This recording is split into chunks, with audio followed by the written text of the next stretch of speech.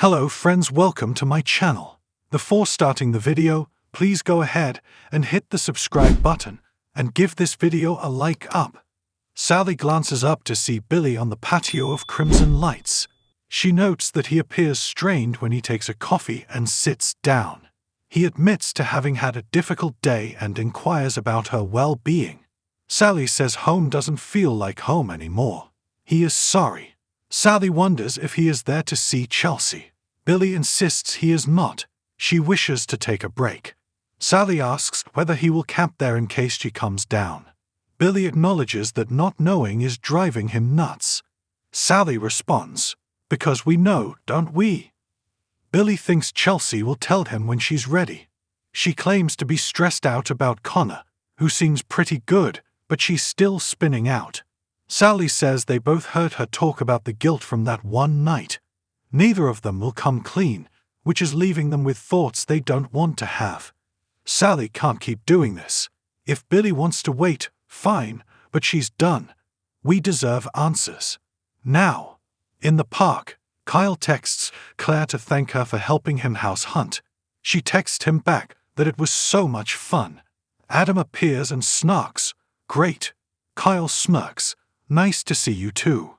Adam came there to think, but it looks like the spot's already taken. Kyle calls, "Adam, wait." He notes that Newman Media is giving a lot of publicity to Glissade. Adam asks if he's complaining. Kyle says not at all. Keep up the good work. Adam warns it's not his personal PR machine, but I'm sure you can use all the help you can get. He wonders if Kyle's managing to keep up with Audra Charles. He can't figure out why she'd want to work with him. Kyle says Glissade would be nothing without his expertise. Adam chuckles, "I think Gibbot's getting along just fine without you." Kyle reminds him they're on the same side. Adam tells Kyle that the only side he's on is his own. If he likes the free press, he should just thank him instead of being a condescending ass. Jack and Diane arrive at the Abbott house and decide to have a nightcap. Diane asks if Jack came up with a plan to find out if Victor's gotten to Kyle. Jack says if Victor's the mystery investor behind Glissade, they have to find out what he's after. Diane thinks he always wants to make his enemies pay. Jack snorts that he's once again the enemy. He's done some sleuthing of his own and noticed that Newman Media is doing puff pieces and podcasts on Glissade. Diane says, of course, all roads lead back to Victor. Jack says Adam being reassigned to Newman Media never made sense to him. He and Nick were very successful working together, but Victor suddenly moved him. Nicky had every intention of returning. He suspects Victor wanted Newman Media to handle something that Nicky wouldn't agree to do.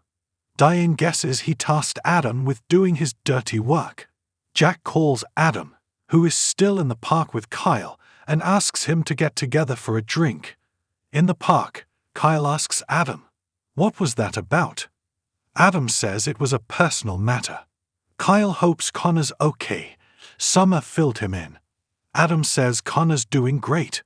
Kyle is glad to hear it. Seeing your kid struggle is the worst. Adam sighs and opens up about feeling helpless throughout. He notes Kyle's been through it with Harrison too and mentions the kidnapping. Kyle can relate to the feeling of helplessness. They agree they do what they need to for their kids. Adam says, "That's what fathers do." Well, most fathers. Kyle complains about his dad standing by while his mother fired him. Adam asks if he's heading up Glissade because he didn't get his way.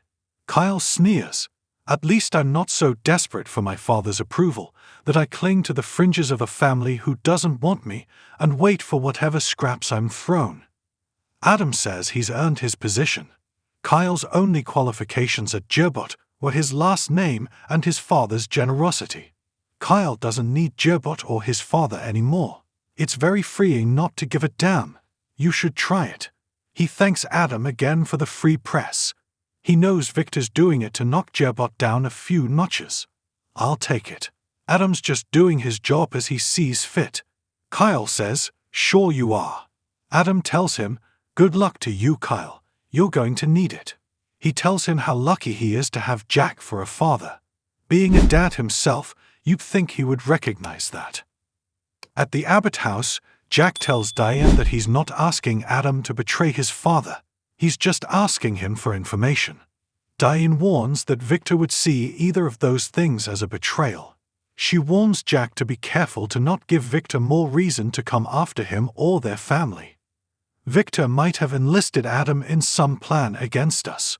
She fears Adam could deliberately send him down the wrong path. He might not be the ally you think he is. Jack says he can handle Adam. Let me worry about it. Everything's going to be ok. Just then, Kyle walks in. Jack says he's on his way to have a drink with an old friend and exits. Diane asks if Kyle had a good dinner with Claire. It looked like they had a lot to talk about. Kyle says she was helping him find a new home. Diane asks if it's really so unbearable there.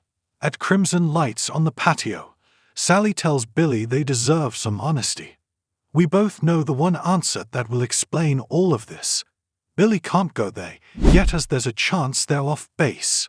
Sally questions if he really thinks that. She worried when Adam and Chelsea started spending time together that they would bond. The pain and intensity of losing Eva is exactly what brought the two of them back together. What if that's what happened in Baltimore? Billy grimaces as she goes on. What if this brought all those feelings back? What if it led to that one night? It's already changed everything. Adam meets Jack in the jazz lounge. Jack asks about Connor, and Adam says he's optimistic. Jack has faith in him and Chelsea as a team when it comes to their son. Adam snarks, no thanks to Billy.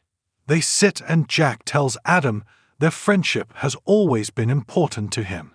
They can count on each other. He's hoping that he can help him out with some information. Anything he tells him will be in the strictest of confidence. Adam's not sure he likes the sound of that. What's on your mind? Jack says, you, Victor, Newman Media, and my son.